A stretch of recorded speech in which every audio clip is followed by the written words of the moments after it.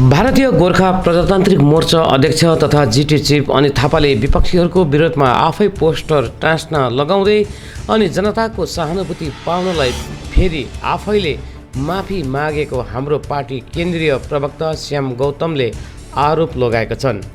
प्रवक्ता गौतमले गत 27 नोभेम्बरको हाम्रो पार्टीको स्थापना दिवस समारोहदेखि भारतीय गोर्खा प्रजातान्त्रिक मोर्चाको 7औं पुत्लो उडेको दाबी गर्दै त्यही दिनदेखि नै रातको अन्धकारको फाइदा उठाएर हाम्रो पार्टीका नेतृत्वहरूको विरोधमा जनताको नाममा पोस्टर टाँस्ने अनि भिडको आडमा हाम्रो पार्टीको नेतृत्वको पुतला जलाउने काम गरिरहेको आरोप लगाएका छन्। पोस्टर टाँस्ने र पुतला जलाउने कार्यले पहाडको शान्ति श्रृङ्खला भङ्ग हुन सक्छ। यदि पहाडको शान्ति श्रृङ्खला भङ्ग भएको खण्डमा यसको दायी भागो प्रमो हुनेछ भनी प्रवक्ता गौतमले चेतावनी पनि दिएका छन्। नमस्कार सम्पूर्णमा, विशेष गरिकन म हाम्रो पार्टी केन्द्रीय प्रवक्ताको हैसियतले म यस आज प्रेस क्लबमा दुई तीनवटा कुराहरूलाई लिएर स्पष्टीकरण त भन्दिनँ, तर जुन हिसाबले एउटा हाम्रो पार्टीको स्थापना दिवस 27 तारिकको बाददेखि यता पहाडको एउटा राजनीतिमा जुन हिसाबको एउटा नाटकीय घटनाक्रमहरू देख्न आइरहेको छ र यो सन्दर्भमा म यति भन्छु, सम्पूर्ण पहाडवासी साथसाथै सम्पूर्ण जनतालाई, आज जब 27 तारिक हाम्रो पार्टीले आफ्नो स्थापना दिवस एउटा भव्य रूपमा मनायौँ दार्जिलिङको मोटर स्ट्यान्डमा, र त्यहाँको जनता, पहाडभरिको एउटा जनताले जुन चाहिँ नयाँ राजनैतिक दल हाम्रो पार्टीमा जुन एउटा आस्था र भरोसा साथसाथै एउटा उमङ्ग दर्शायो, त्यो भिडलाई देखेर काहीँ न काहीँ आज विपक्षी दल उहाँहरूले आज पनि त्यस सभाको पश्चातदेखि जुन चाहिँ एउटा नाटकीय ढङ्गमा पहाडको जनमानसमा एउटा अराजकताको राजनीतिलाई फैलाउने एउटा चेष्टा गरिरहेको छ। म त्यसको हाम्रो पार्टीको तर्फबाट घोर निन्दा साथै यस्तो घटनाक्रमको घोर हामी खण्डन गर्छौँ। गणतन्त्रमा राजनीति गर्ने शैली थुप्रै किसिमको हुन्छ, तर आज पहाडका सत्तासीन दल भनेर उहाँहरूले आफूलाई भन्नुहुन्छ, तर एउटा राजनैतिक शैलीलाई बुझ्न नसक्ने पहाडको एउटा पार्टी उहाँको दर्शिएको स्पष्ट आज महसुस भयो। कारण राजनीतिमा व्यङ्ग्यात्मक शैलीहरू थुप्रै हुन्छ, भावनात्मक शैली पनि हुन्छ, राजनीतिकमा अन्य धेरै बौद्धिकताको शैली छ, थुप्रो छ यस्तो विषयवस्तुहरू। तर आज पहाडमा काहीँ न काहीँ आज ठुलो अवधानमा बसेका व्यक्तिहरूले पनि आज सोझै भन्नुपर्दाखेरि आज भारतीय गोर्खा प्रजातान्त्रिक मोर्चाले 27 नोभेम्बरको हाम्रो सभा पश्चात जुन पहाडमा पोस्टरिङ गर्ने कामहरू गरिरहेको छ, उहाँहरूले पुतला दहन गर्ने कार्यहरू गरिरहेको छ, यो काहीँ न काहीँ शान्ति ल्याउँछु पहाडमा, अब यो प्रकारको राजनीति हुनु हुँदैन भन्ने व्यक्तिहरूले आफ्नो एउटा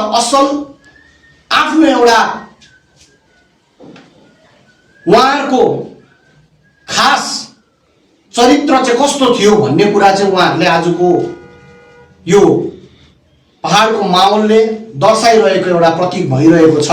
सबैभन्दा ठुलो दुर्भाग्य आज यहाँनिर छ, जसले पहाडमा शान्ति ल्याउँछु भनेर भन्दैछ, आज त्यही दलले आजको दिनमा पुतला दहन गर्दैछ। त्यति मात्र होइन, आज जनताको नाममा आज विभिन्न जग्गामा पोस्टरिङहरू गरेको पनि हामीले देख्न पायौँ।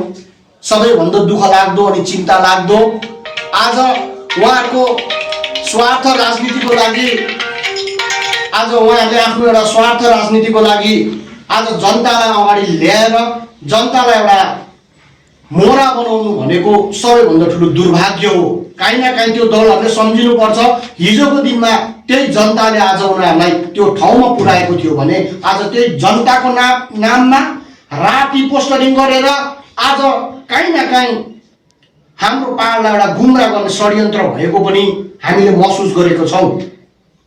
हाम्रो पार्टी एउटा शान्ति श्रृङ्खलालाई कायम राख्ने, हामीले एउटा यहाँको शिष्टाचारलाई, यहाँको भौगोलिक दृष्टिकोणहरूलाई समेटेर आज राजनीतिक परिवेशमा एउटा सुधार ल्याउँछु भनेर जन्मिएको एउटा राजनीतिक दल हो। हामी यस्तो अगणतान्त्रिक कार्यमा हामी विश्वास गर्दैनौँ। तर आज त्यही दलका साथीहरूले जब पुतला विक्रमादित्य राई हाम्रो पार्टीका अर्गनाइजिङ सेक्रेटरी हुनुहुन्छ, उहाँ एउटा रेप्युटेड व्यक्ति हुनुहुन्छ। आज उहाँको आफ्नो एउटा गरिमा छ, राजनीतिलाई उहाँले एउटा अनुभव र अवलोकन गर्नु सक्ने उहाँकोमा एउटा दक्षता अनि क्षमता भएको व्यक्ति र भोलिको पहाडको एउटा कर्णधार, एउटा भविष्य राजनीतिलाई डोराएर लानुहुने जस्ता व्यक्तिको र आफ्नो त्योभन्दा ठुलो उहाँ एउटा गोर्खा हो र गोर्खाको आज काहीँ न काहीँ एउटा पुतला दहन गर्नु र एउटा गोर्खाले नै पुतला दहन गर्नु भनेको सबैभन्दा ठुलो दुर्भाग्य हो पहाडको राजनीतिमा यो। र त्यति मात्र होइन, आज त्यही दलको लिडरहरूले, त्यही दलको नेतृत्वहरूले पुतला दहन गरिरहेको प्रत्यक्ष सोसल मिडियाहरूतिर आइरहेको छ। फेरि अर्को रोमाञ्चक कुरा, जनताको नाममा पोस्टरहरू गरिरहेको हामीले देखिरहेछौँ।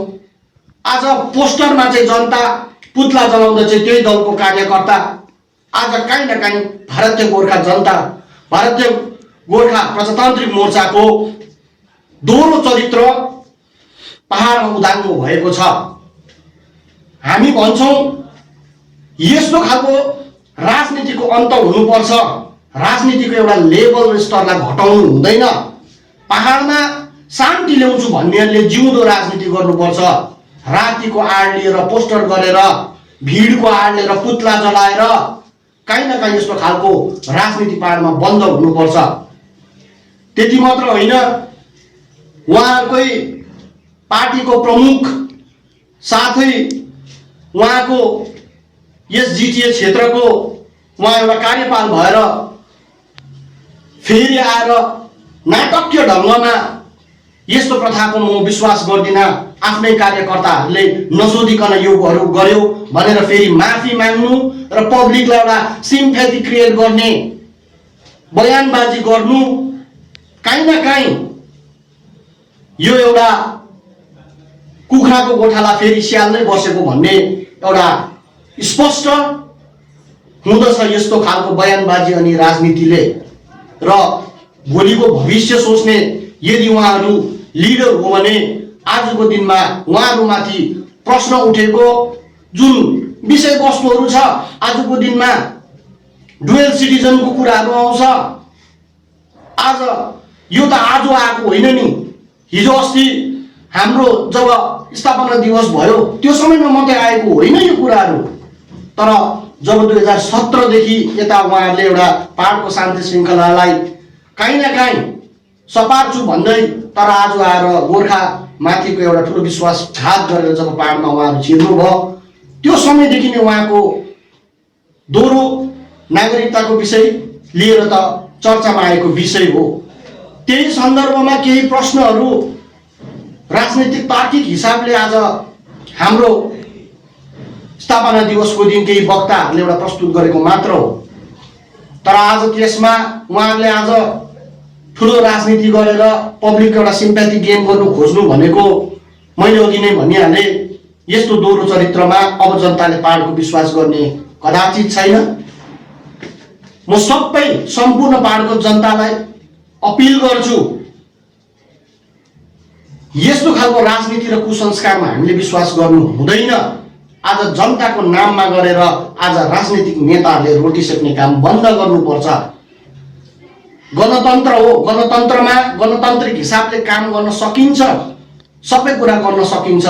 तर जनतालाई अगाडि ताकमा राखेर जनताको नाममा पोस्टर गरेर नेताहरूले आफ्नो धर्म निभाउने कोसिस चाहिँ नगरून्। किनभने यस्तो प्रथाले काहीँ न काहीँ हाम्रो पहाडको भविष्य र राजनीति भोलि काहीँ न काहीँ डामाडोल भएर जान्छ।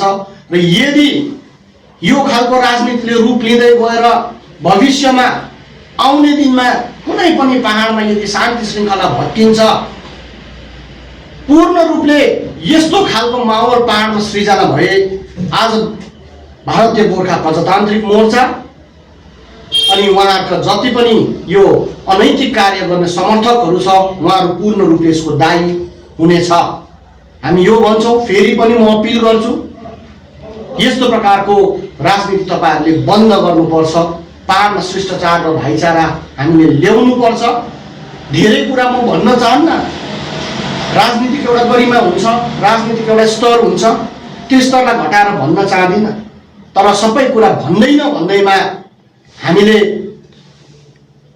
केही कुरा जान्दैन, गर्न सक्दैन भन्ने काहीँ न काहीँ यो प्रयास पनि तपाईँहरूले नसोच्नुहोस्। आजको दिनमा राजनीतिमा धेरै ठुलो समय परिवर्तन भएर आएको हामीले देखेको छौँ। हामी उहाँहरूलाई भन्छौँ, समय हो सबैभन्दा ठुलो चिज, समय बलवान छ। धेरैवटा कुराहरू हामीले समयको गर्वमा समेटेर राखेको छौँ। जब समय आउँछ आफै उजागर भएर जान्छ। फेरि पनि यस्तो अनैतिक कार्यहरूले पहाड अशान्तमय नहोस्, हामी यही आशा साँचेको छौँ, शुभेच्छा साँचेका छौँ। तर यस्तै प्रकारको फेरि पनि आउने दिनहरूमा भएर गए त्यसको सरासर दायी आज पहाडमा जसले गणतान्त्रिक हिसाबले आज माहौललाई बिगार्ने काम गर्दैछ उनीहरू नै दायी हुन्छ। अहिले फेरि यो उठिरहेको जुन विवाद छ है, हाम्रो चिफ एक्जिक्युटिभ जो अनित थापाजी हुनुहुन्छ, उहाँको भनौँ नागरिक दुईटा छ भन्ने कुराहरू, सो यो विषयमा चाहिँ तपाईँको के भनाइ छ? जुन चाहिँ उहाँको एउटा जिटिएको एउटा उहाँ सबैभन्दा ठुलो एउटा अहदामा बस्नु भएको व्यक्ति हो र विगतमा मार्च महिनामा जब एउटा सिलगढी जर्नलिजम प्रेस क्लबमा एउटा कुनै छात्र सङ्गठनले जब एउटा गोर्खाहरूलाई एउटा जब विदेशीको लान्छना लगाउने प्रयास पनि गरियो, त्यो समयमा अब पहाडको एउटा सबैभन्दा ठुलो शक्तिशाली दल भएर भारतीय गोर्खा प्रजातान्त्रिक मोर्चा उहाँहरूले आफूले ठान्नु भएको समयमा पनि त्यो समयमा उहाँहरूले यो डुअल सिटिजनसिपको बारेमा जब प्रश्नहरू बाहिरको मान्छेहरूले उठाउँदा पनि उहाँहरूले एउटा एन्सर दिनु सकेको जस्तो फिल भएन। त्यति बेला त कुनै सङ्गठनको त एउटा पुत्लासम्म उहाँहरूले एउटा दहन गर्नुभएको थिएन।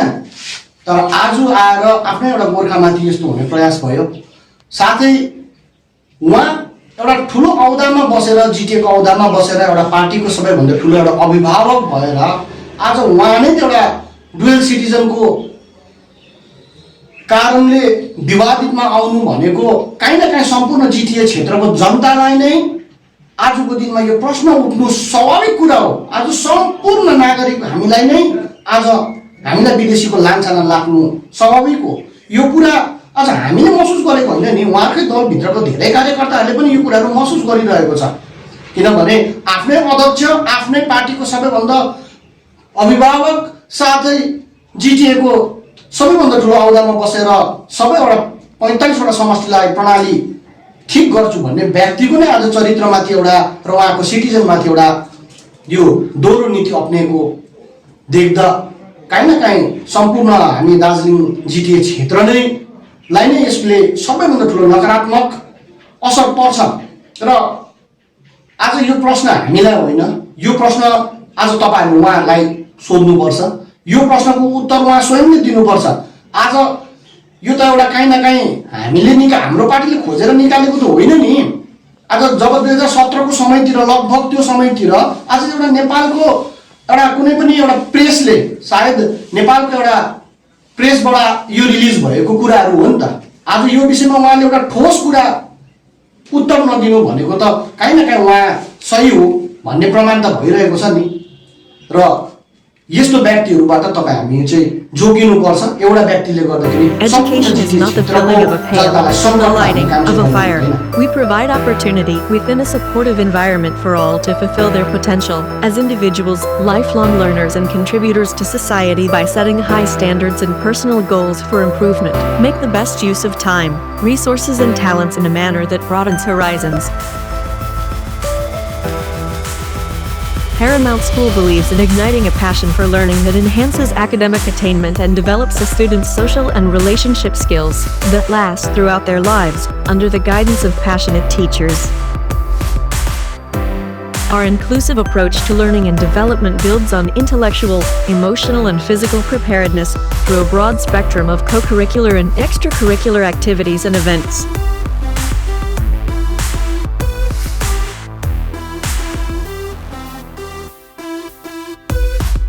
The school boasts of well-equipped science laboratories, a well-stocked library, computer lab, and smart classes to enable a centered learning and holistic development.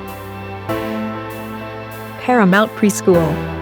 Keeping in mind the importance of early age learning, we have a separate preschool wing to help provide our early learners with the foundation for learning, socially, emotionally, and academically. We do our best for every student who comes into our care, physically, intellectually, spiritually, morally, socially, and emotionally. We strive to train and equip them with the tools to prepare them for a world that is constantly and challenging.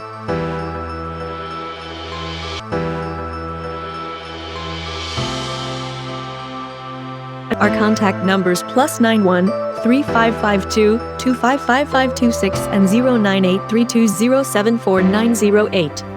Email paramountKPG@gmail.com.